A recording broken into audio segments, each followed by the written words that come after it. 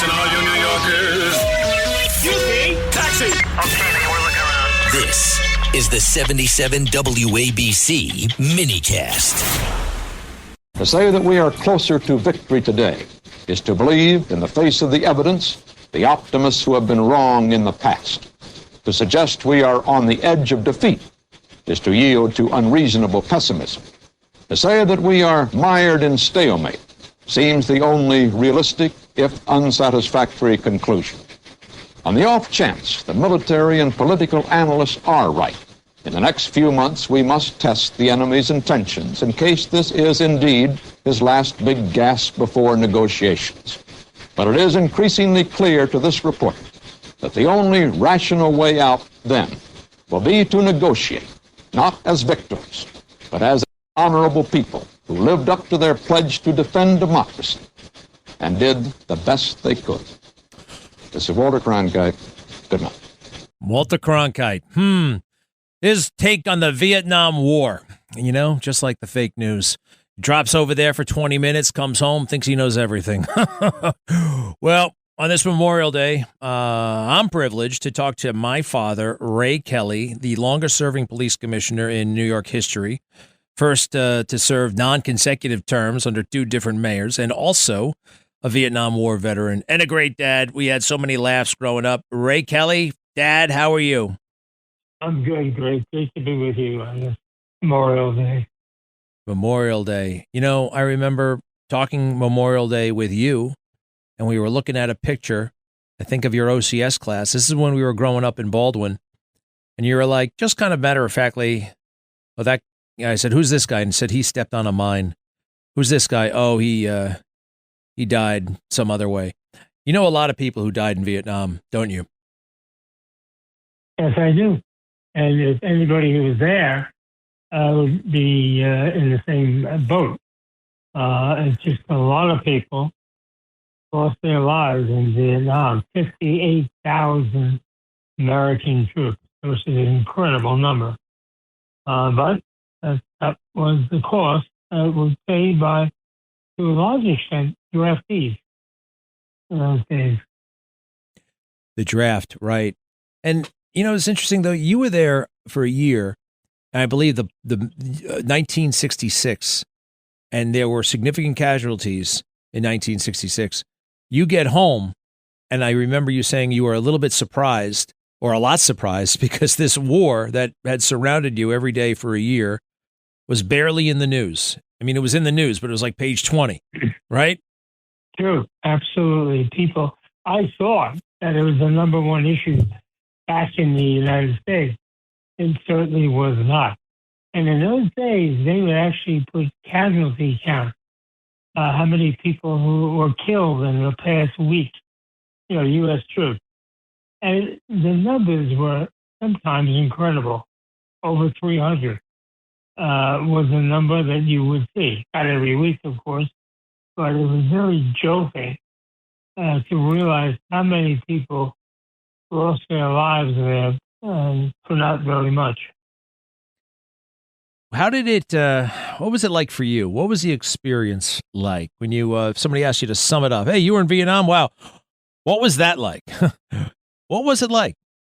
Well, it was tiring. It was demanding. When you're an officer, obviously, you have to be alert, aware, 24 hours. I learned an awful lot. And all in all, when I look back on it, it was a positive experience for me. And I think a lot of people would say that too, because they learned leadership. They learned how to get along with the troops. And it was invigorating sometimes.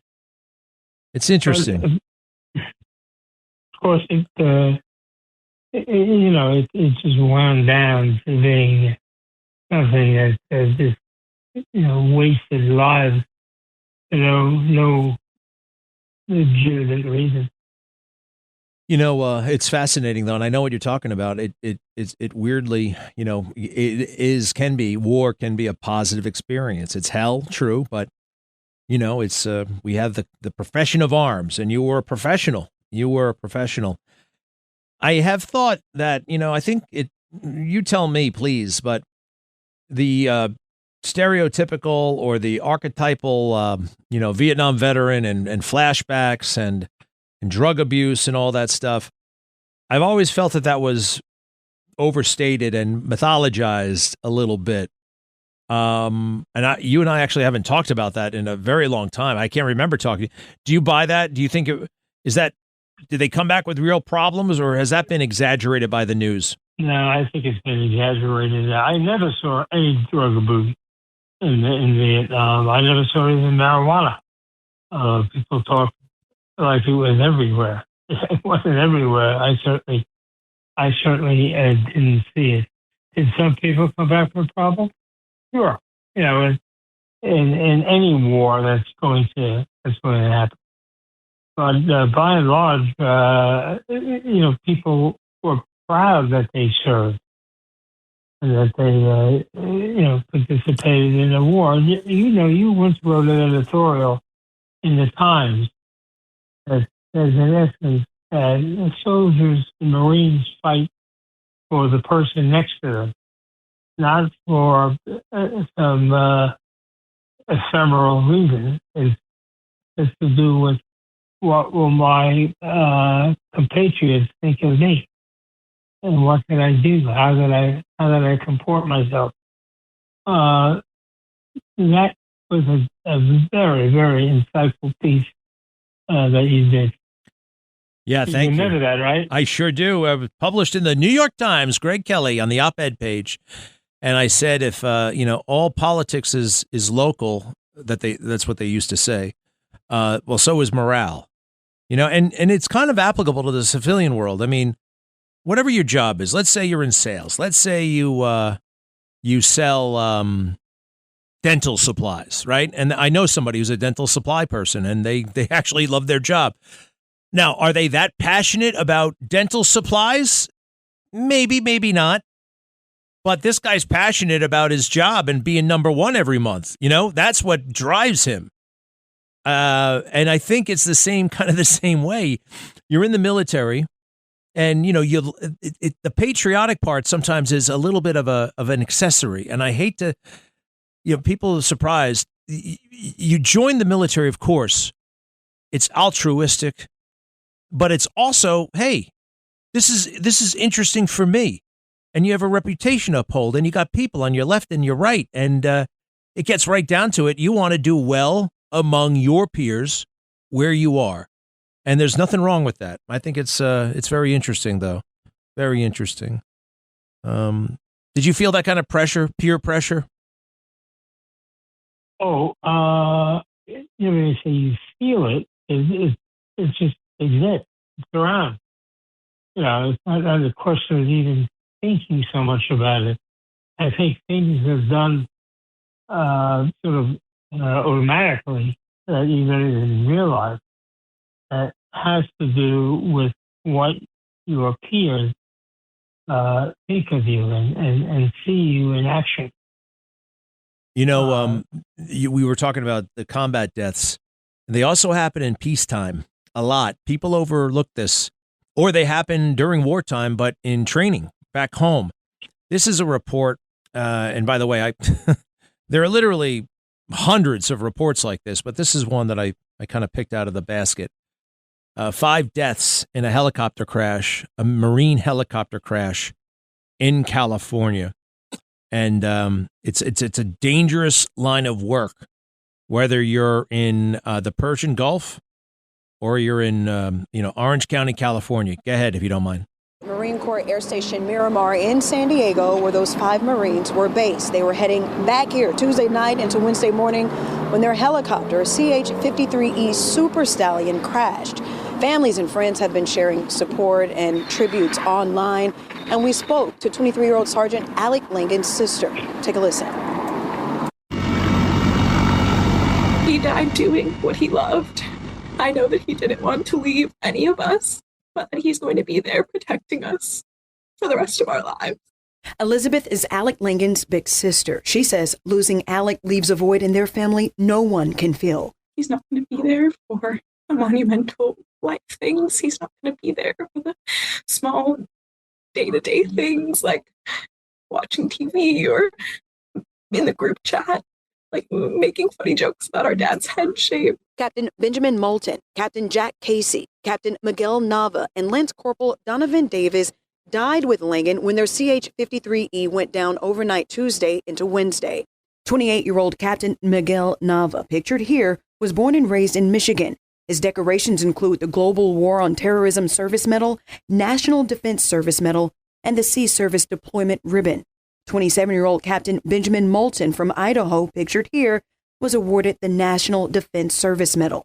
Lizzie says Alec had just gotten married a month ago in Sedona, and one of the last times they'd shared together alone, Alec confided in his sister on his wedding day. I wasn't nervous up until now, but I know that she's my forever, and she's my person, and I can't wait for her to be a Langan. We are a military family, and you hear of people dying all the time. We've had family friends that have passed. We've had friends that we've known who have committed suicide. We've seen it all. And you never expect that your fun-loving brother or son are going to be the ones. The latest from the Marine Corps is that they are still working to recover the bodies of those 5 Marines from the rough, rugged terrain in Pine Valley.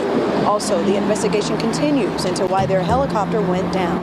Reporting for CBS 8, I'm Kirsten Holmes. Back to you. It's domestic. It happened in California, and it happens all the time. It happens rather routinely, and you get used to it. And I don't think the American public knows about it. And that's okay, but, and we had a cousin who flew that very helicopter, right, Dad? Yep. Mm-hmm. I read someplace that the military averages a death a day in training. Just as you said, people think that it's okay. Combat obviously dangerous, but training can be very dangerous as well. And it's a tough profession, tough business. It's unforgiving because all the services have very demanding training experiences, training exercises that put young soldiers, Marines at risk. But that's what's felt that has to be done to prepare them for war. It does seem to me like the military is on much better footing now than it was under Joe Biden. I mean, some of the stuff that they got those generals to do and say, I thought was pretty astounding. And I think you've seen on my show over the years, and this happened under Republicans and Democrats, but general officers who would get up and say, everything's going fine in Iraq, everything's going fine in Afghanistan, especially Afghanistan, and it's interesting. The military is kind of can-do attitude, and you got to have a can-do attitude, and the mission must be accomplished no matter what. We take away resources, we're still going to get the mission done. And I feel like the military, it took a big hit, let's face it, during Vietnam, and I think it took another hit with Iraq and Afghanistan, and I think it's on its way back in a big way. How do you feel? Well, we hear that the recruitment numbers are way up, and we know that they had great difficulty recruiting in the last administration. So that's a good sign because, of course, we have a volunteer force. We need people who voluntarily go into the military. We have, I think it's 1.3 million people in the military service now. That's a lot of folks. And that needs a steady stream of volunteers now. And apparently it's picked up again, and I think that's good news for the country. Well, I'm glad that you served because I wouldn't have served if you hadn't served. And people ask me, why'd you go in? And it was your example. And I remember somebody said, did he push you to join? I said, no, not certainly not. You never did, but you certainly, you just led by example. And I think that's what you do. I asked you once, why did you pick the Marines? And you said, because they're the best. And I just thought, wow, that's. Great. I had all three of my older brothers who were in the Marine Corps. You obviously were in the Marine Corps. Your cousins, Mark and Brian Duffy, were in the Marine Corps.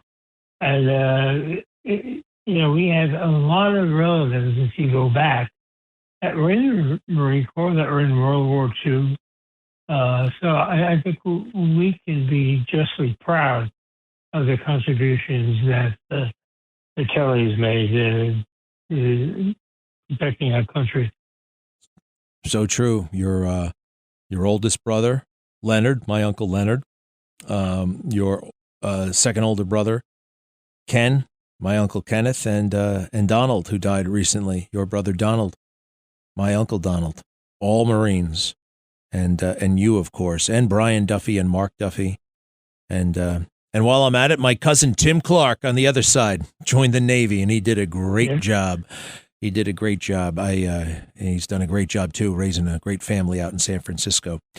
Well, Ray Kelly, it's going to be a great summer, I feel like. One more thing. Do you remember, as fondly as I do, the summer of 1976? This is America 250, the 250th anniversary. The bicentennial in 1976 was a big, big, big deal, and the Kelly family was all in. Yeah, we were in. It was a harbor.